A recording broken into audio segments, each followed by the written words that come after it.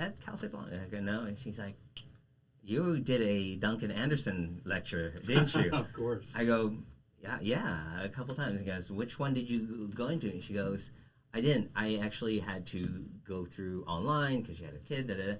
I watched your video because all of the videos are online, and I saw yours. And so it's like, you built this thing beyond just the in-person. Welcome to Questions for Designers, where we discuss the ideas, influences, and inspirations shaping creative work today. I'm your host, Max Beach, designer, educator, and advocate for the creative process. Each episode, I sit down with creative thinkers to explore how they see the world, what drives their work, and where they think design is headed next. In this episode, I talk with Fernando Del Rosario, creative director with ConceptZombie. Let's dive in. All right, Fernando, thank you for joining me. Absolutely. Can you introduce yourself briefly? Who are you and what do you do? Absolutely. Well, first of all, I just want to say thank you. Thank you for this opportunity. You are one of my oldest and dearest friends. So any chance, any opportunity just to sit and just chat with you is really, really great. So being able to talk about creativity makes it even much more sweeter. Oh, thank you very much. Yeah. It's a pleasure to have you. Yeah. So who am I? Okay, so my name is Fernando Del Rosario. I am a creative designer, business owner, entrepreneur, educator. Did I say artist already? I kind of do it all. Yeah, I've always been that guy. I've always loved being that guy in regards to being a creative, but not being pigeonholed to I'm just a designer or I'm just an art director. Right. So I love being able to explore the different facets of being a creative, whatever that might be. I've had the fortunate creative career as far as, having a lifetime within the marketing and advertising and design world, which we can talk more about that in a bit. So that was my career path is working with ad agencies, marketing firms, design studios, and along the way, picking up connections and opportunities to be other things like an artist, a gallery artist, or a writer, or a teacher. Yeah. We've known each other for a really long time. I know a bit about your background and entry into design as an education and more formalized. Can you share a little bit about how it became part of your path? Yeah. So I like to think that my creative story really started as a young person, young boy. I was born in the Philippines. I came out here when I was 11. And so living in the Philippines in the first 11 years of my life was great. And part of what made it great is that I didn't know any better. Right. And that was my reality. That was my world. But living in the Philippines, of course, it's not. It has its limited resources, which really kind of fed my imagination and my creativity. Of course. I was. We were living in a modest house, but that didn't stop me imagining worlds, imagining the possibilities. I would literally create worlds in my backyard. Just because I would watch Star Wars, for example, and I'd imagine what would that be like. And so, I would have all these thoughts in my head. Along with that, I would read comic books. So, I have all these things that's feeding my creativity, and then I had my mind that wasn't tethered to anything that allowed me to kind of think creatively. Right. And yes, my father was an architect, so there was a sense of creativity there. My sister studied graphic design, and she's an amazing graphic designer. So there were people in my sphere that fostered it, or at least kind of understood what was going through my mind. So of course. I wasn't just this crazy kid. Right. Can you talk a little bit about some of your early, more maybe pivotal experiences that may have led you down that route? Yeah, absolutely. I actually just recently wrote about this in an essay. One of my earliest, if not first memories of creativity was a moment with my dad. So I haven't seen my dad.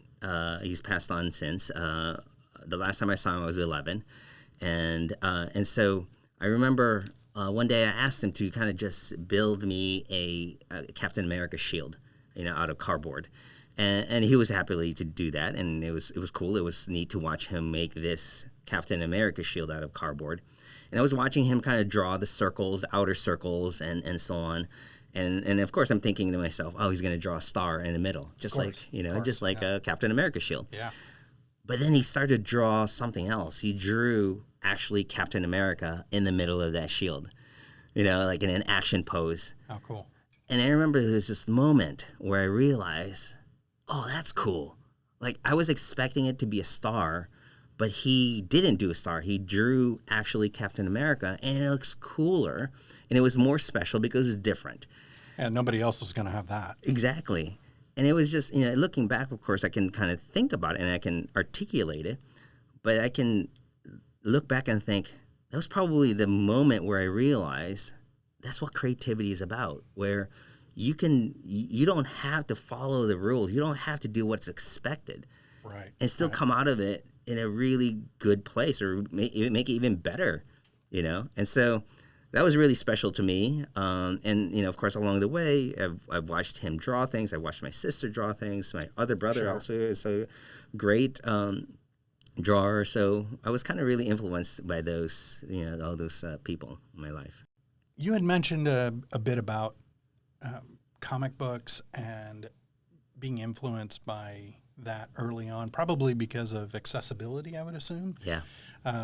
And then how that may have led you to going into design school or art school where we met. Yeah. Well, yeah. So I don't necessarily talk much about this because I think it's funny. Originally, I actually thought I was going to be a comic book artist. Did not know that. Yeah. Because I as a kid, I drew my own comics and drew my own sets, wrote my stories, and so on. And when I got accepted at CCS, Center for Creative Studies, now it's called College for Creative Studies. Right. I thought, CCS. The OG CCS. I thought to myself, oh yeah, here this is it. My path is drawn. I'm gonna be a comic book artist. I'm in this amazing art school. And I remember walking into one of my first art classes and thinking, oh my gosh, everybody's so much more talented than me. Like I'm literally the bottom of the barrel. And I just remember thinking, what am I going to do? Holy crap. Right. It's super intimidating and very humbling all at the same time. Absolutely, and that's not a cheap school to go to. So, Of course, in my head, it's like, how do I pivot from here? Because no way I can compete with these other people, just to share with your audience, like in our class alone, one of our illustrator is now, I think he's officially like one of George Lucas, Star Wars animator or illustrator. He has amazing work for that. So it's that kind of level and caliber of people. And I think that's where I really kind of I lean back onto my base, which is design, graphic design. Of course. Because graphic design is something that every one of those things, whether you're going to be an animator, an illustrator, a type designer, a director, a musician, whatever it is, creativity, like you need design to really design is what glues all of those things together. Of course. And so that's where really kind of found the value and inspired me to further lean into the graphic design space.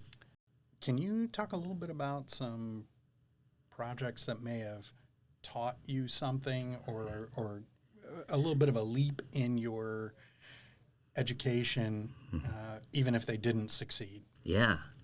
Well, this isn't really a design project. It was more of kind of like a mission, almost like a Mission Impossible thing, weirdly enough. So first and foremost, it's like, us as creatives, we always have to take risk, and being brave and finding that level of courage to do something that we don't know whether we're going to succeed or not. right. is an integral part of creativity, you know? And so I remember the job that got me out of Detroit to California. So I've been working in Michigan at Campbell Ewald on the Chevy account for a good couple of years. And it was really just time for me to move on, see what else is out there. Right.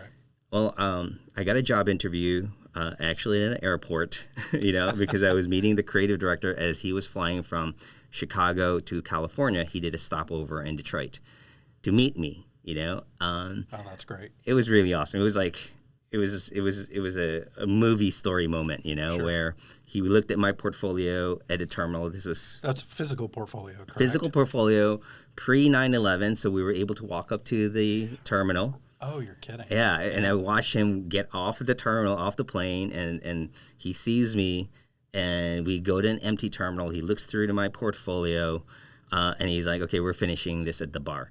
So we're having a drink. What a great moment. Right? And he's like, yep, I want to hire you. You're going to be part of the team, because he's building this team from the ground up here in California. Sure. To work on the Taco Bell account. Now, I grew up in Taco Bell, love it or hate it. That's what was my go-to college meal. Oh, yeah. And so I said, absolutely, yes. And he was like, well, I want you there by Monday. Oh, my God. Right? And I think it was like the interview was like on a Wednesday or something like that, right? Yeah. And you have the weekend to pack. Right, exactly. When I finally signed the offer letter, it was like, it was on a Wednesday. Yeah. And I got in my car on a Thursday, and I drove nonstop. This is pre, MapQuest or Google Maps. Right, right. I had a no trip, GPS. Right. I had a triptych. I don't know if you remember those things, right? Of course. I had no idea how long it was going to take me to drive from Michigan to California. I packed up my car, I packed up my dog, packed up my motorcycle on a U-Haul trailer that I had installed on my Grand Am. But I drove for 2.5 days nonstop. Yeah. And I showed up in his office door that Monday morning, and his jaw just dropped, and he's like, oh my gosh, you're here. I go, yeah. We talked about I was going to be here. And from there on, he tells this story. His name is Anthony DiBiase, still a good friend of mine, right. mentor of mine. On that day, he realized, if I need anything done, I need to count on somebody, I'm going to give it to Fernando. Because no matter what, he will move heaven and earth to get it done. Sure. And that really set the tone of my career, my creative career, where, you may not know how you're going to do it or whether it's going to be a failure or not. You just got to do it, know. Follow through is key. Yeah. And I got to tell you, and let me pivot a little bit. There has been quite a few times where, I have a teaching opportunity comes up, and they would say, hey, are you willing to teach this design class? This capstone class, this graphic design history class. And I've never done that, but let me go figure it out. And right. The answer is yes, first of all, and let me figure out the logistics afterwards. Yeah. So it's that kind of level of commitment, bravery, craziness, whatever you want to call it. Sure. I think has been an integral part of my creative career. Well, I have to say that your willingness to just put yourself out there and try things has been a constant source of inspiration for me over the years. So it's why we're sitting here right now. That's why I'm number one. That's why you're number one on the podcast list. Yes. So tell me a little bit about what's inspiring you right now outside of the design world. Yeah. Well, outside of the design world is really difficult for me because Sure. I feel like, I've continued to have the lifetime of fully integrating creativity, design, art into my world where it feels like there's no separation It's hard anymore. to separate, sure. But as far as what's inspiring me right now is actually the level of conversation and fear of the unknown of this thing called AI. Oh yeah. And truthfully told, this conversation is very, very familiar because we had the same exact conversation. Mm-hmm. When we were at school, and Adobe, Photoshop, Quark Express. Photoshop was going to kill design. Right. Now, is AI totally, is it different? Yes, of course it's different. It has more bells and whistles. Quote unquote, it thinks, where Photoshop and all those programs doesn't necessarily think. You're still a thinker. So to me, that's interesting because, what's the saying say? Like, if you're a hammer, everything's a nail. Exactly. If you're a problem solver, yeah, everything's a problem that needs to be solved. Yeah. So to me, that's interesting. I don't know what the answer is. Right. I don't know what the solution to these problems yet, and that doesn't scare me. If anything, that inspires me because then I'm like, well, let's go figure this out together. Yeah. Well, it's another set of tools, and just like every other tool, hammer can be used to hit nails or nefarious acts. Right.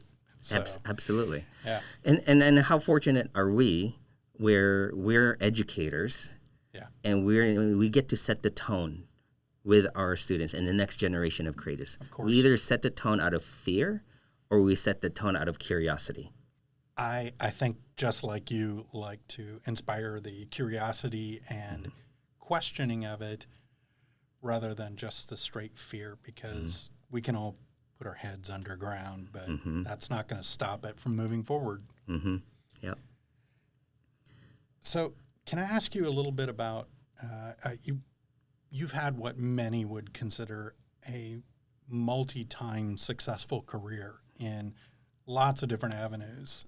Pretty much everything you put your foot into, you go all in on, and you come out with a measure of success.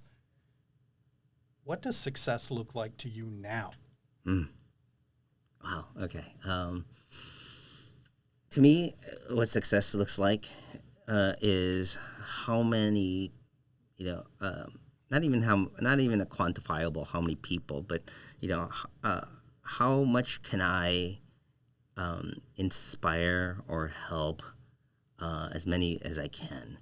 I've continued to have a very fortunate, fruitful, creative career, and truth be told, this is great, but I'm not going to take this with me. Like, when I'm quote unquote done, it's done. Like, I'm not going to take it with me. I'm not going to take the work, the art, the writing, the awards, the money. I'm not going to take that with me, So now really for me is how many people can I share this with? And I don't necessarily mean like, oh, I'm going to give you this art piece, or I'm going to give you this design. Of course. I'm talking like, how many can I share my story and have them use this as kind of like a triptych map? Sure. And give them, this is one guiding way, but that doesn't mean you need to follow it through the T. You make up your own. You go explore, but learn from the things that I've done and learned and failed at, so that you can continue to move forward past beyond me.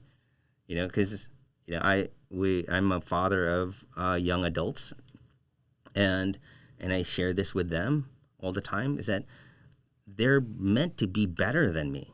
They're meant to go further than I've gone, because I've helped them get as far as I could. And their job is to keep on moving forward, just like how my mom and my parents and my family has gotten me as far as they could. And it was my responsibility to take it further, which I think I did. Yeah. So to me, that level of success is at how many, as many people I can kind of get going with me, because then they'll move that forward on their own little way, in their own way. Absolutely. There's a bit of design evangelizing or creative evangelizing, and seeing people that you've mentored or been involved with have successes. It's not that you feel like, oh, I'm responsible for this, but you know that being a part of their growth is important, and watching them succeed just kind of brings you joy, doesn't it? Absolutely. Yeah. Like, I feel like I'm, and I say this wholeheartedly, I say this to anybody that either reconnects back with me or I see their career. I am honored to have been a blip in their career. Of course. You know, and of course they're so kind when they reconnect with me, and they're like, "Oh, Fernando, are you kidding me? You're more than just a blip," right? Right. But I have to keep my ego at check. Yeah. Right. I can't be like, "Ooh," you know. So I am honored to just have that moment with them, because man, they have taken off and they've ran with it. You know. We talked a little bit about AI, and that's obviously going to have some influences, but what do you think is important about design itself, particularly in response to that? Yeah. You know, so I have been thinking a lot about that, as far as like, okay, what is this new stage, new world looks like with this new technology making such a huge impact and influence in it. And, you know, to me, so far that what I've heard that I can kind of cling on to and I can agree to is that, you know, I wanna continue to inspire people to build their taste. And what I mean about that is this: AI is gonna produce so much work, and it's gonna produce it without thinking twice about it. You prompt it, you write it, it will do it, right? And it's gonna do it, you know, multiple times as long as you want it done. It doesn't get tired. Right. And this is where we come in. This is we as humans come into play, where we know what's good and what's bad. And how we know that is when we ourselves develop our own taste. So becoming the arbiters. Yes. Yeah. Right. But understanding why it's good and why it's bad, and not just understanding it, but being able to articulate it. Right. You know, being able to sell it in, being able to inspire people to look at it differently than what it's actually being just presented. You know. So that's also kind of a pivotal role for a designer, to be in the prompting space, the front end of integrating things like AI, where we are setting the criteria because of our knowledge. Now, so here's the fun part that I think, you know, not too many people are fully thinking about yet.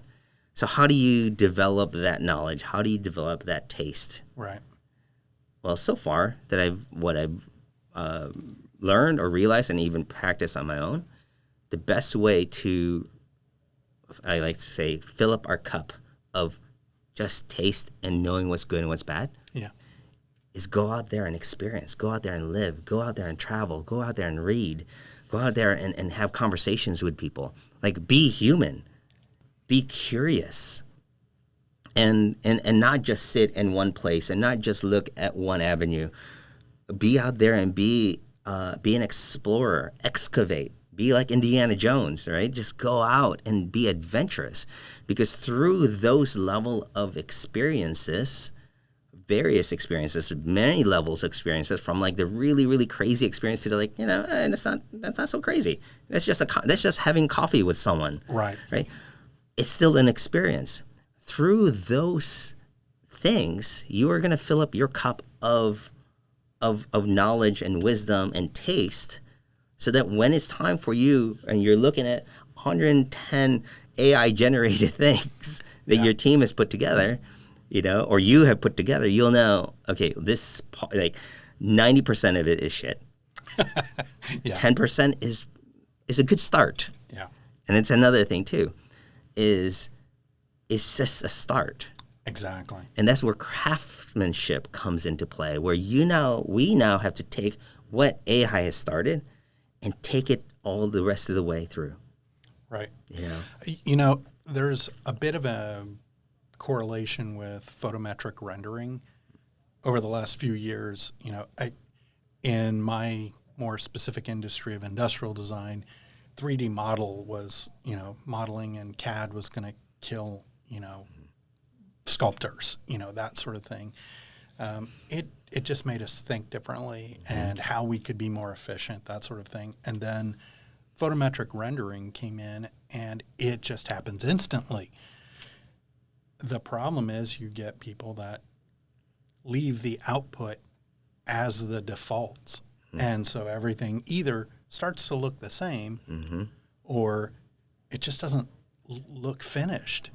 And that's where, creatives and designers with skill for selling their ideas will take that extra effort, put in, whether it's additional photoshopping or tweaking the settings to really understand not just what the output is, but who's receiving it.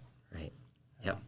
And by the way, too, we've been here before many times. Yeah. Where technology has created this up-ramp and everybody, jumps into that bandwagon, whether it be the Industrial Revolution. Exactly. Right? Where, you have the factory line and everything's the same. What came out of that, is the arts and craft movement. Yep. Right? Where craftsmanship becomes it's a bell curve. Right. It becomes this thing that people who can craft a table that is not manufactured becomes this beautiful thing. Yeah, exactly. And again, we've been here before where now it's the newest shiny thing and everyone wants to jump on it and everybody wants to do it. And then we should definitely jump in it. But know that there's going to be this moment where like, okay, what's next? Exactly. Right? Exactly. And who's going to usher that what's next? Yeah. Or what's going to usher what's next? Can you dive in a little bit more about getting your master's? Are there some realizations that have come from that whether it's influenced you creatively or just as a human? Yeah. Oh, man. I mean, so, yes, I'm currently in the back end of my second master's, my master in fine arts and graphic design. Show off. And this journey is life changing. Oh my gosh, man. I wrote this in one of my first papers where, as when my family and I migrated to the United States, and I had to figure out, okay, again, a problem to solve. How do I now live in this foreign place where it's going to be, this is my now forever home? Right. Here I am, a foreigner. English was my second language and totally different culture. And so I spent the last, or the first 20, 30 years of that, I call it shedding my Filipino-ness to become an American. Right. A bit of assimilation. Absolutely. Yeah, 100%, And again, that was part of the problem-solving mindset. Yeah, right? Of course. I needed to integrate myself into this new culture. Michigan in the early 80s. Oh my gosh, right? Yeah, in Grosse Pointe, where I'm like one of like 4 Filipinos. Right. And so I needed to kind of like, there was a lot of shedding, and on top of that, the educational system is catered towards shedding that. Like, it's a very Eurocentric, of course, education, and we can talk about that in art history too. It's a very Eurocentric approach to art and design and history. The entire study of art history is defined by Eurocentric thinking. Yes, absolutely. And then I get into this program, and I have an opportunity, and somebody had planted a seed in my head of like, who are you as a Filipino? And for the last year and a half, I feel like I've been picking up what I've shedded. Of course. And went back into, studying Filipino history, and even not just Filipino history, but Southeast Asia history, Asian history, global history. Right. Because design history is global history. Of course. And so that has just totally changed my perspective. I feel like, and I've said this to my advisor, I feel like Neo. when you woke up in the real world. Right. And I was like, oh my gosh, there's so much that I didn't know that I should have known. And to be honest with you, and I feel like I had to go through a little bit of therapy for myself because I was angry. I got really angry, and what particularly spurned that on? Yeah, because I was able to reveal and unroot and dive into just colonialism. Oh, yeah. You know, and That'll make you angry. Yeah, absolutely. And here's the hard part about this too, is that I've built a career and live, a good life. Of course. Kind of within that narrative.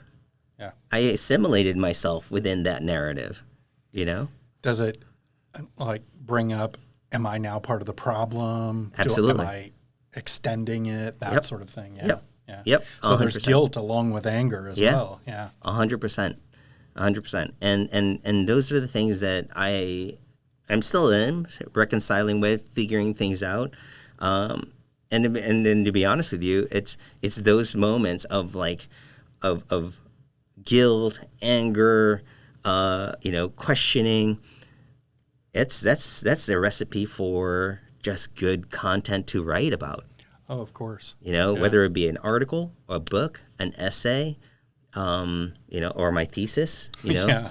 So, and it's a great, palette. And then again, I'm not trying to be what do you call it? Toxic positivity is what it's called, right? I want to be mindful of that, right? Because the question is okay, what do I do with this now? Do I come out of this angrier or being or do I just keep it all to myself, or do I again kind of paint over it, gloss over it? So I'm still very much reconciling all that. I do the one thing that I do know, and this is I think embedded in me, is the best way for me to do anything is one, dive full force in, head deep in, just like everything I've done. You've never been shunned away from hard things. Right. And two, be as transparent as I can. I want to invite people into this journey as I figure this out myself. I'm not always going to say the right things. Once in a while, maybe I might say something profound. I don't know.